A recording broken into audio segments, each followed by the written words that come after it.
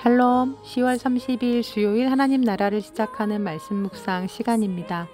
오늘 아침 하나님께서 우리에게 주시는 말씀은 시편 107편 23절에서 43절까지의 말씀인데요. 오늘의 말씀을 젊은 삼누리 일손의 박광식 집사님께서 봉독해 주시겠습니다. 하나님의 말씀을 경청하십시오. 배들을 바다에 띄우며 큰 물에서 일을 하는 자는 여호와께서 행하신 일들과 그의 기이한 일들을 깊은 바다에서 보나니, 여호와께서 명령하신즉 광풍이 일어나 바다 물결을 일으키는도다. 그들이 하늘로 솟구쳤다가 깊은 곳으로 내려가나니 그 위험 때문에 그들의 영혼이 녹는도다. 그들이 이리저리 구르며 취한 자같이 비틀거리니 그들의 모든 지각이 혼돈 속에 빠지는도다. 이에 그들이 그들의 고통 때문에 여호와께 부르짖음에 그가 그들의 고통에서 그들을 인도하여 내시고 광풍을 고요하게 하사 물결도 잔잔하게 하시는도다.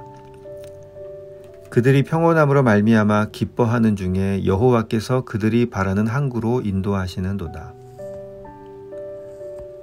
여호와의 인자하심과 인생에게 행하신 기적으로 말미암아 그를 찬송할지로다. 백성의 모임에서 그를 높이며 장로들의 자리에서 그를 찬송할지로다. 여호와께서는 강이 변하여 광야가 되게 하시며 샘이 변하여 마른 땅이 되게 하시며 그 주민의 악으로 말미암아 옥토가 변하여 염전이 되게 하시며 또 광야가 변하여 못이 되게 하시며 마른 땅이 변하여 샘물이 되게 하시고 줄인 자들로 말미암아 거기에 살게 하사 그들이 거주할 성읍을 준비하게 하시고 밭에 파종하며 포도원을 재배하여 풍성한 소출을 거두게 하시며 또 복을 주사 그들이 크게 번성하게 하시고 그의 가축이 감소하지 아니하게 하실지라도 다시 압박과 재난과 우환을 통하여 그들의 수를 줄이시며 낮추시는도다. 여호와께서 고관들에게는 능욕을 쏟아 부으시고 길 없는 황야에서 유리하게 하시나 궁핍한 자는 그의 고통으로부터 건져주시고 그의 가족을 양떼같이 지켜주시나니 정직한 자는 보고 기뻐하며 모든 사악한 자는 자기 입을 봉하리로다. 지혜 있는 자들은 이러한 일들을 지켜보고 여호와의 인자하심을 깨달으리로다.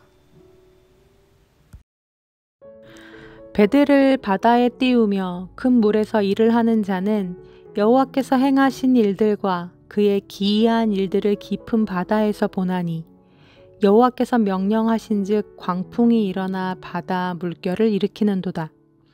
이에 그들이 그들의 고통 때문에 여호와께 부르짖음에 그가 그들의 고통에서 그들을 인도하여 내시고 광풍을 고요하게 하사 물결도 잔잔하게 하시는도다.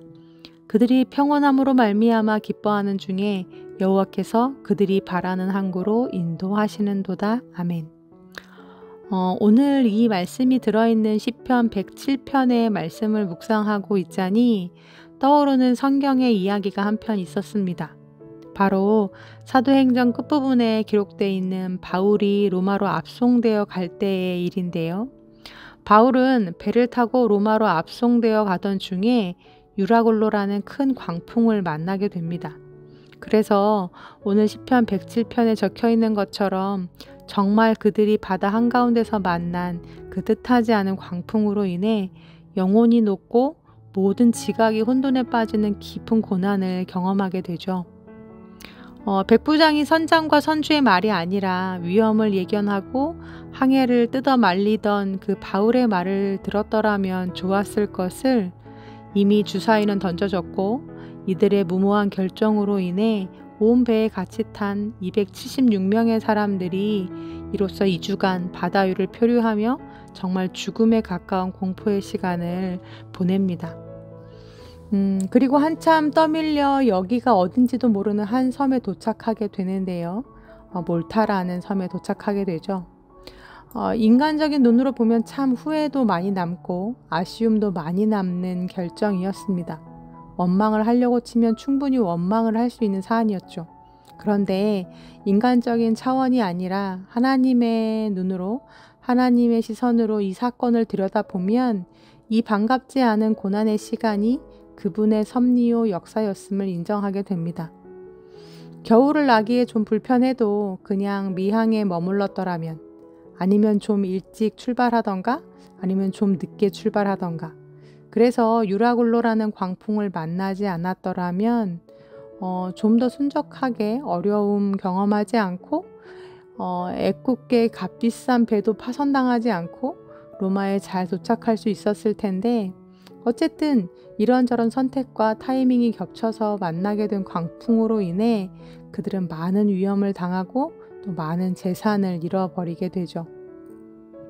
하지만 오늘의 본문 23절과 24절의 말씀처럼 그렇게 배를 바다에 띄웠기에, 그래서 깊은 바다로 나아갔기에 거기에서만 만날 수 있는 하나님을 만나게 되고 고난 중에서만 경험할 수 있는 하나님의 능력을 경험하게 되며, 이 모든 것을 합력해 당신의 뜻과 계획을 이루어 가시는 하나님의 놀라운 지혜와 섭리를 깨닫게 되죠. 그 길을 가지 않았더라면 다시는 겪고 싶지 않은 그 위험을 당하지 않을 수 있었고, 배를 잃지 않을 수는 있었지만, 잘 따져보면 그 길을 갔기에 그것과는 비교되지 않는 더 엄청난 것들을 그 고난의 시간 속에서 얻을 수 있게 됨을 묵상해 보게 됩니다. 그 길을 갔기에 그 속에서 그들은 복음을 들을 수 있었고, 그 길을 갔기에 그들은 하나님을 경험할 수 있었습니다. 또 그 길을 갔기에 276명이 구원을 받을 수 있었고, 그 길을 갔기에 더 나아가 몰타섬의 원주민들에게까지 복음이 전해질 수 있었습니다. 그들이 전혀 이상하지 못했던 광풍을 만나 말 그대로 죽음과도 같은 시간을 보냈고, 그들이 원했던 베닉스가 아니라 전혀 듣도 보도 못했던 몰타라는 섬에서 3개월의 겨울의 시간을 보내야 됐지만, 뒤를 돌아다 봤을 때 그들은 그 시간을 통해 하나님이 일으키시는 크고 기이한 일들을 경험하고 그분에 대한 믿음을 가지게 되었기에 그 고난이 우리에게 복이었다라고 고백하지 않았을까 싶습니다. 미국의 유명한 저술가이자 교육가인 존 아우구스투스 쉐드는 이런 말을 했습니다. 항구에 정박해 있는 배는 안전하다. 그러나 그것이 배의 존재 이유는 아니다. 배는 어쩔 수 없이 항해를 하려고 만든 것입니다. 그리고 그렇게 떠난 항해에서 풍랑은 언제고 만날 수 있는, 피해갈 수 없는 자연스러운 현상이죠.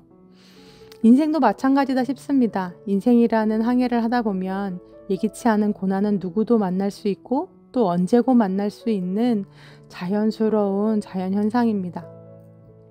때론 감당하기 버거운 고난을 만나 죽음과도 같은 시간을 보내기도 하지만, 그래서 후회도 해보고 원망도 해보지만, 우리가 믿음 안에 있을 때, 우리가 하나님 안에 있을 때 하나님은 그것을 변하여 도리어 우리에게 충분히 복이 되도록 역사하실 수 있는 분이십니다. 33절 이하 41절에 이르기까지 오늘의 시인은 그 능력의 하나님에 대해 고백하기를, 하나님은 강들을 변하여 사막으로도 만드실 수 있고 샘이 변하여 마른 땅이 되게도 하시며 옥토가 변해 염전이 되게도 하시고 광야가 변해 못이 되게도 하시는 분이다 라고 고백합니다. 또 사람들에게 복을 주사 크게 번성하게 하실 수도 있고, 다시 압박과 재난과 우환을 통해 사람들을 멸하시고 그들을 비천하게 하실 수도 있는 분이라고 고백하죠. 악인들을 심판하시고 가난한 자들을 구원하시는 분이라 노래합니다. 그런데 이러한 시인의 고백을 묵상하다 보니 문득 이런 생각이 들었습니다. 광야가 변해 못이 되게 하시는 하나님, 마른 땅이 변해 샘물이 되게 하시는 하나님을 경험하려면 먼저 깊은 광야 속으로 들어가야 되는구나. 마른 땅에서 타들어가는 목마름을 먼저 경험해야 하는구나. 풍랑 한가운데서 생명을 지키시고 구원하신 하나님을 경험하려면 깊은 바다 한가운데로 먼저 들어가 간이 콩알만해지는 경험을 해야 하는구나. 우리는 그 고난 속에서 하나님을 만나는구나 라는 생각이 들었습니다. 맞습니다. 성경을 보며 인정할 수밖에 없는 한 가지 사실은 참 반갑지 않은 고난이지만 진짜 알고 경험하면 선택하지 않을 고난이지만 능력의 하나님, 구원의 하나님은 그 고난을 통과할 때 만난다라는 것입니다. 잔치집에 포도주가 떨어지는 사건을 통해 사람들은 예수님의 예수님 되심을 경험했습니다. 바다 한가운데에서 이길 수 없는 풍랑을 만나 정말 해산하는 수고를 겪는 것처럼 죽음과도 같은 시간을 보내야 됐지만 그 풍랑을 통해 제자들은 예수님의 예수님 되심을 경험했습니다. 사랑하는 하나뿐인 오빠를 떠나보내야 하는 아픔과 슬픔을 경험했지만 그 죽음의 시간을 통해 마르다와 마리아는 진정 부활의 주인이신 예수님을 경험하게 되었습니다. 그래서 하나님 안에 있는 자들에게 고난은 위장된 축복이라 하나 봅니다. 하지만 악인들이 이 땅에서 누리는 형통과 번영은 그저 위장된 심판일 뿐입니다. 그러니 사랑하는 우리 우신 가족들, 고난 정말 반갑지 않지만 또 나보고 선택하라고 한다면 절대 스스로는 선택하지 않겠지만 그래도 내가 만난 고난 속에서 그 고난을 절망으로 받아들이지 않음은 이를 전복시키실 수 있는 하나님을 믿기 때문이요. 그 하나님의 사랑과 능력을 신뢰하기 때문입니다. 고통 중에 부르짖으나 그 신음을 외면치 않으시고 결국 이 고난을 변하여 그 속에서 하나님을 경험하게 하시고 곧 소망의 항구로 우리를 인도하실 하나님을 잠잠히 기대하면서 오늘의 풍랑 속에서 인내함으로 이 시간을 통과해낼 수 있는 우리 믿음의 식구들 다 되기를 간절히 기도합니다. 아멘. 함께 기도하시겠습니다. 하나님, 아무리 경험해도 아무리 반복해도 인생의 고난이 찾아올 때 우리는 그저 유약하고 무력한 존재일 뿐임을 고백합니다. 감당할 수 있어서 감당함이 아니요 방법이 없어 그저 그 시간을 통과할 뿐입니다. 주님, 우리의 능력과 우리의 한계를 주님이 더 잘 아십니다. 그러니 주님이 업고 가 주시옵소서. 주님의 날개 아래 품어 지나가게 하여 주옵소서. 아주 엎드러지지 않도록 우리 믿음의 성도들을 지켜 보호하여 주옵소서. 그 시간을 지나 그것이 우리에게 도리어 복이었음을 고백하기까지 주님이 친히 우리를 인도해 가 주시기를 간절히 소망합니다. 그 주님께 우리 우신의 가족들의 모든 삶을 올려드립니다. 주님, 고난 중에 있는 자들에게 믿음을 더하시고 필요한 힘과 인내와 도움을 베풀어 주셔서 곧 소망의 항구에 도착하도록 인도하여 주옵소서. 예수님의 이름으로 기도합니다. 아멘. 말씀을 마쳤습니다. 오늘 감사 사연의 주인공은 앞서 말씀을 봉독해 주신 박광식 집사님이신데요. 집사님께서 보내주신 사연 읽어드리겠습니다. 지난 1월 서울시 내배 면적의 일본 노토반도에 7.6의 지진이 있었고 저는 그곳에 지속적으로 방문하여 공연하고 있습니다. 지진으로 아내를 잃은 할아버지가 극심한 우울증으로 살아가고 있었는데 저의 공연을 통해 위로받으시고 많이 우셨습니다. 앞으로 계속 와서 공연할 테니 건강한 모습으로 다시 보자 약속하고 연주를 이어갔습니다. 공연 후에 할아버지께서 오시더니 당신을 다시 봐야겠으니 그때까지 살아있겠습니다 하셨습니다. 스스로 목숨을 끊으려 했었는지 모르겠습니다. 처음 뵙고 한 달 후에 다시 뵈었을 때 많이 밝아지셨고 지난달에 뵈었을 땐 제가 탄 차가 사라질 때까지 서서 손을 흔드셨습니다.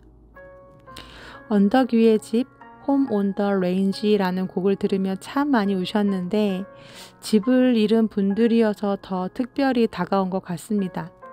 찬송가 갈보리산 위에와 너무나 비슷해서 중간과 마지막은 찬송가로 이어 연주했습니다.